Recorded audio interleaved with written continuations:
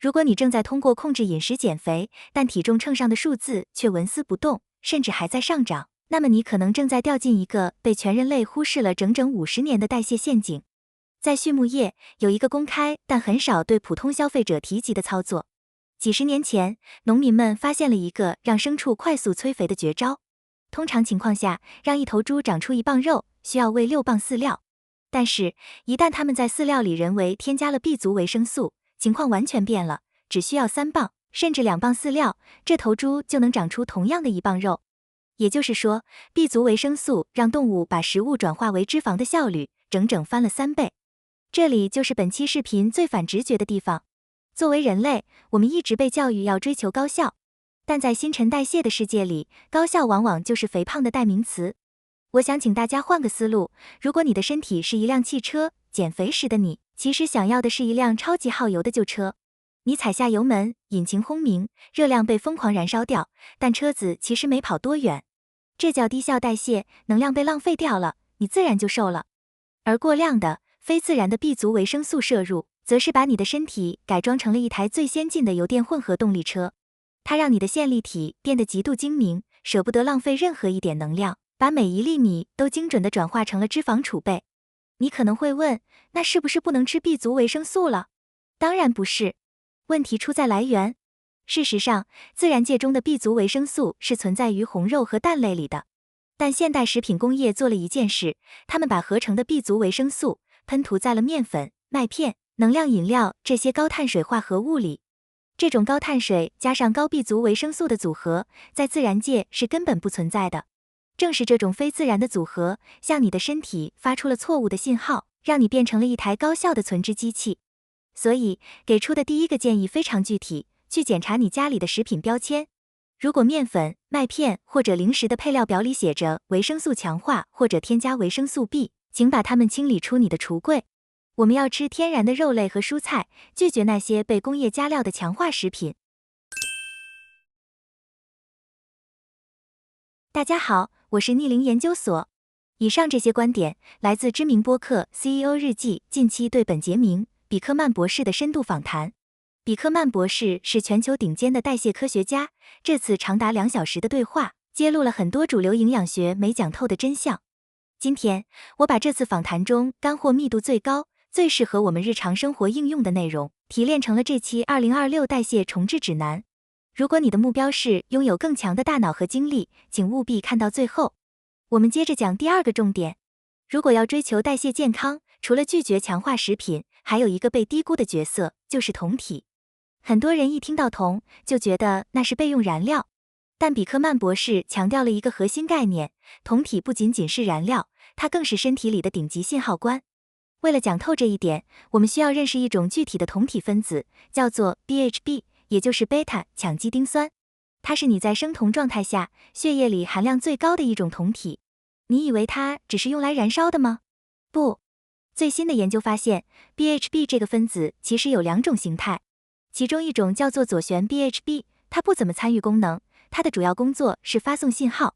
博士在访谈中提到，他亲自测试摄入了这种左旋 BHB， 结果在1个小时内，他的血压从高位瞬间降到了完美的110/70。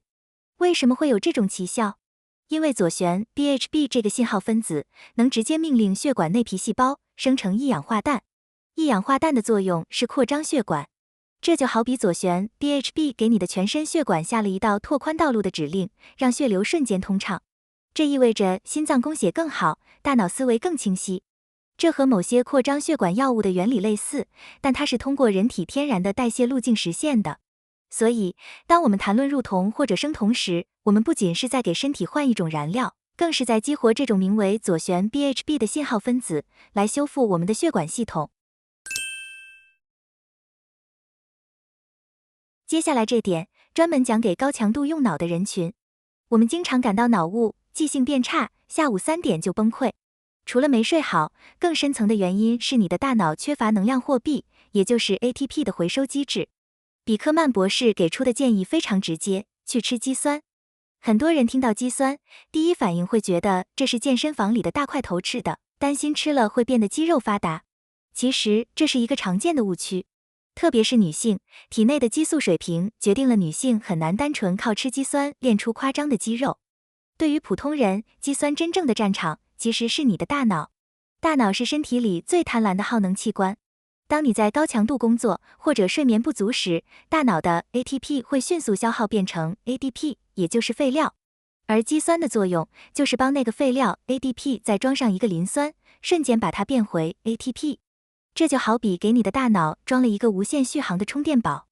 但这里有一个大多数人都不知道的关键细节，如果你只是为了长肌肉，每天吃5克肌酸确实就够了。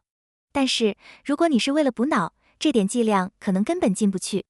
因为大脑有一层非常严密的保护网，叫做血脑屏障，肌酸很难穿透过去。为了把肌酸强行推过这道屏障，让大脑真正充上电，比克曼博士建议，为了大脑健康，你需要把剂量提高到每天10到15克。博士本人作为一位每天睡眠不足的父亲，他坦言，摄入足量肌酸后，认知能力的恢复甚至比咖啡因更有效。特别是对于中年以上的女性，肌酸是预防阿兹海默症、保护骨密度的极低成本方案。正如比克曼博士那句扎心的金句，我们赚钱不是靠肌肉，我们是靠大脑。所以，无论你运不运动，足量补充肌酸，这是你对自己大脑最好的投资。原理讲完了。基于比克曼博士的访谈内容，这里总结了一套2026代谢重置协议，包含4个具体的执行步骤。第一步是早晨的空腹重启，不要一起床就吃早餐，特别是不要吃包子油条这些高碳水。早晨你的皮质醇，也就是压力激素本来就高，这时候摄入碳水会加剧血糖波动。博士建议做一个动作，叫做负重徒步，背个书包，装几瓶水，出去走20分钟。这时候你的胰岛素水平最低，身体被迫燃烧库存脂肪，这是性价比最高的燃脂时刻。饮料方面，只喝黑咖啡或者茶，利用它们的天然成分来维持饱腹感。第二步是聪明的进食策略，把你的午餐作为一天中最重要的一餐。博士推荐的午餐核心是高蛋白加上优质脂肪，比如牛肉、鸡蛋、鱼。为什么要这样？因为蛋白质和脂肪不会剧烈刺激胰岛素，而且饱腹感极强。这样吃完，你下午不会困，也就是不会出现血糖崩溃，甚至到晚上都不会太饿。第三步是带有社交属性的晚餐。很多人觉得健康饮食就无法社交了，博士认为这完全可以平衡。只要你做好了前2步，晚餐你可以吃家人吃的任何东西，米饭、炒菜都没问题。但有一个铁律，尽量在傍晚6点前结束晚餐，并在那之后彻底锁住你的嘴。第4步是睡眠前的停火协议。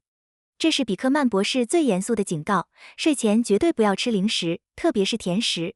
当你带着高血糖上床睡觉时，你的身体会以为遇到了危险，它会激活交感神经，让你心跳加速，体温升高。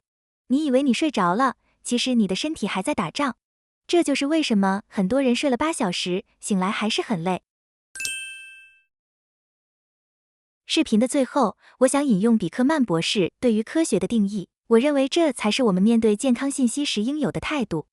他说，相信科学？不，那反而是反科学的。真正的科学是时刻准备着推翻那些被证明是错误的假设。几十年前，我们被告知脂肪是坏的，结果全球肥胖率飙升。后来，我们被告知维生素强化是好的，结果我们可能把身体变成了存脂机器。你的身体不是一个简单的热量计算器，它是一个精密的化学实验室。从明天开始，试着少给它一点高效的加工食品，给大脑一点肌酸，给睡眠一点空腹的时间。这不仅仅是为了让你穿进小1号的裤子，更是为了让你在面对未来的挑战时，有一个清醒的大脑和强韧的身体。如果你觉得这期视频对你有启发，请点赞、订阅，并在评论区告诉我，这4个步骤里，哪一个是你明天就会开始尝试的？我们下期见。